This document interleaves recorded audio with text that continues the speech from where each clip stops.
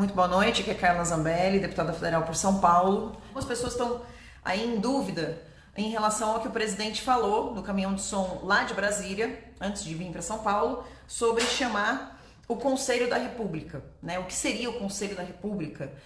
Algumas pessoas até dando um tamanho maior do que ele realmente...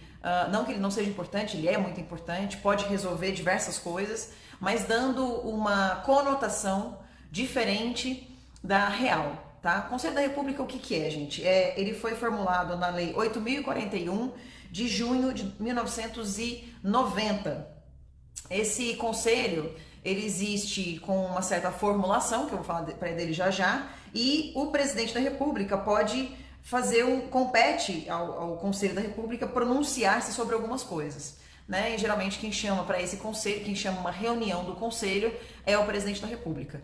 Esse conselho é formado por outras pessoas também. Tem gente que está dizendo, mas o Conselho da República é um conselheiro do presidente que só pensa como ele? Não, muito pelo contrário. Vocês vão ver como é plural esse conselho, tá? E em seguida eu vou dizer para que esse conselho serve.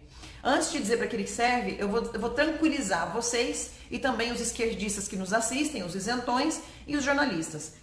Para vocês terem uma ideia, quem participa? O vice-presidente da República, o presidente da Câmara dos Deputados, o presidente do Senado, o ministro da Justiça, os líderes da minoria e da maioria, são líderes, por exemplo, se eu não me engano, a líder da minoria na Câmara dos Deputados é a Jandira Fegali.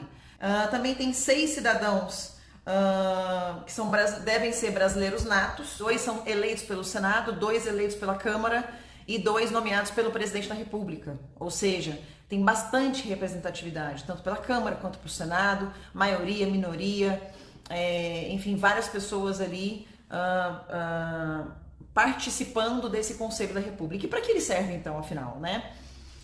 Para 2 ocasiões que estão no artigo 2 dessa lei, tá? No artigo 2º dessa lei. Número 1, intervenção federal, estado de defesa e estado de sítio, tá? Não sei se vocês se lembram, a gente teve uma GLO, uma intervenção federal que foi votada na Câmara dos Deputados, ainda na gestão Temer, em que houve uma intervenção federal no estado do Rio de Janeiro, vocês se lembram disso? Uma intervenção para segurança. E a gente também, quando tem estado de defesa ou estado de sítio, para ocasiões específicas.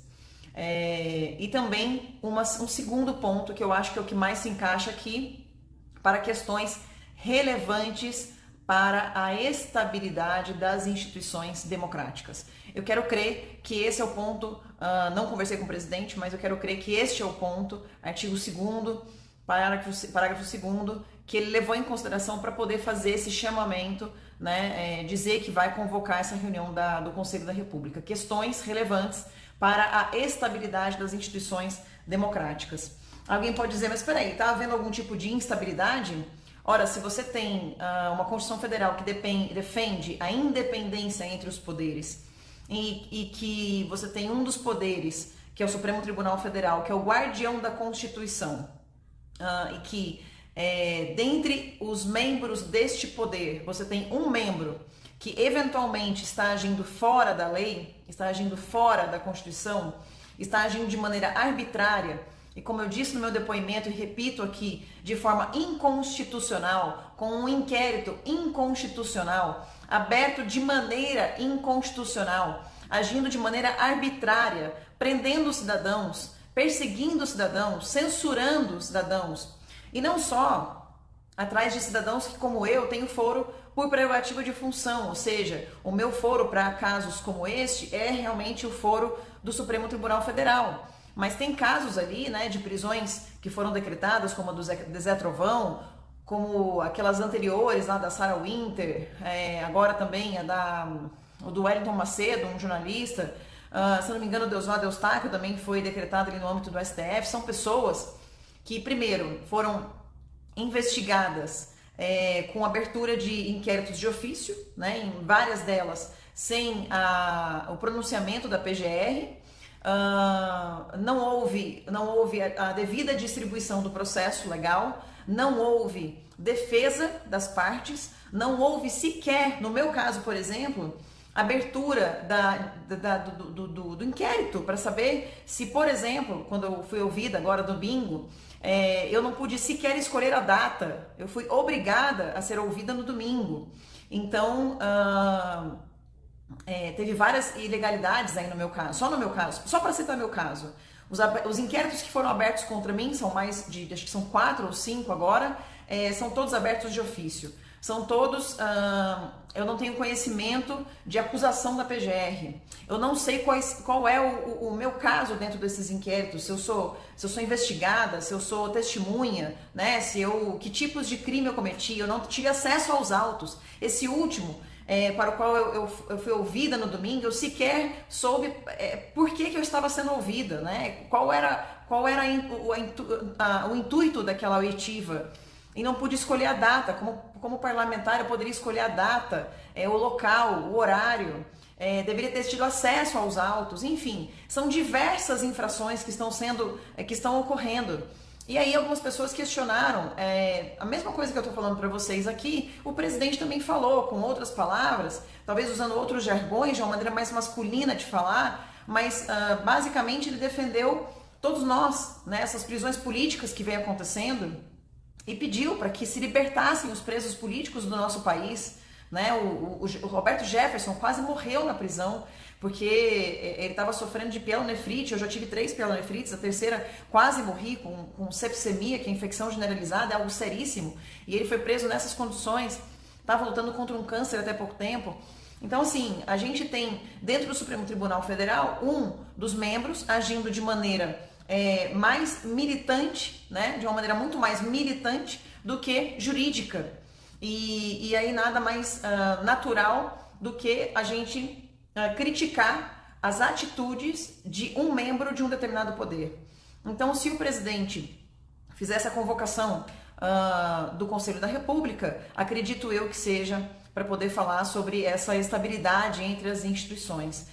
Todo o país, ele defende que entre as suas instituições, e Montesquieu agora deve estar se revirando no caixão, mas as suas instituições elas têm que ter estabilidade, independência entre os poderes, né?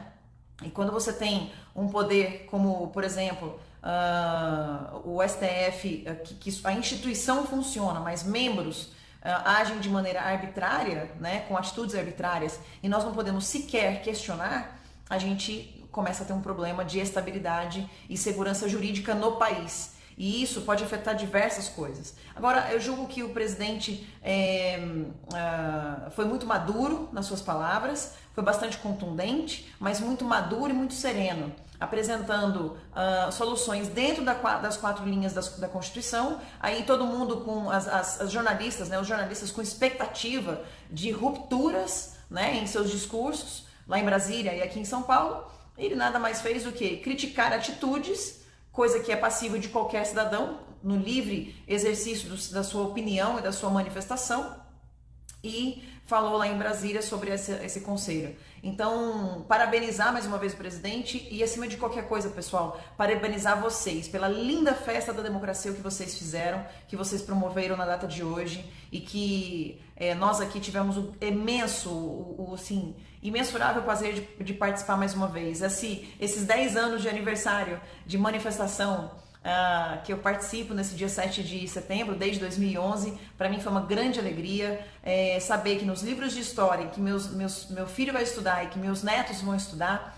os nossos netos, nossos bisnetos, estará ali, dia 7 de setembro de 2021, uma data histórica em que os brasileiros foram às ruas para gritar por liberdade. E eu peço que vocês depois assistam o vídeo do Manifesto pela Liberdade que a gente fez na Paulista e espalhem para os seus amigos. Mas esse foi um vídeo para a gente poder conversar aí e esclarecer, né? Para a gente poder ficar mais sereno. Ninguém quer criar ruptura nenhuma. Depende tudo agora de como o Fux vai levar essa situação adiante. Ele pode, como presidente do STF, levar de uma forma madura, enxergar que essa lei é uma lei que existe, está aí para ser utilizada quando em momentos de instabilidade institucional, e que nada mais justo do que o nosso presidente poder convocar o Conselho da República para conversar, tá bom? Como pessoas adultas que somos, conversarmos o futuro do nosso país e chegarmos a um denominador comum. Então, pessoal, um grande abraço para vocês, fiquem com Deus e até a próxima. Muito obrigada por hoje.